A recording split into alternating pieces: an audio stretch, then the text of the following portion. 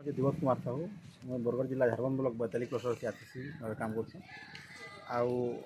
बर्तमान आम ओडिशा सरकार गोटे योजना जेनटा कि अभियान चली आस स्कूल जावा से योजना अंतर्गत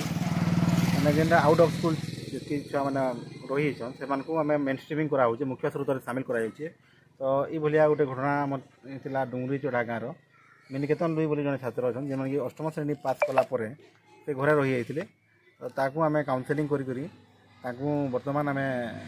गोठुगुड़ा उच्च विद्यालय ना लिखा है आउ से माँ सिंगल मदर जेनता कि बापा बहुत दिन एक्सपायर कर गलन तो ताकू स्पॉन्सरशिप स्कीम रे भी गवर्नमेंट बेनिफिट कराबार लगे मैं चेष्टा कर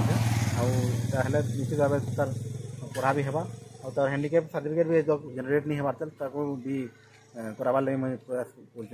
सरकार तरफ। आज्ञा आम आरसीसी आज्ञा से मन को कहले आम डुंगरी झड़ा ग्राम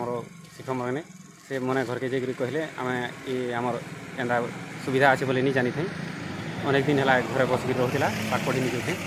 या आज्ञा मैंने जेहतु कहले आम आरसीसी आज्ञा बेले भी आमको भी ये लगुचे भल लगुचे या आम तार ना लिखावाके गोटे स्कूल के जाऊँ।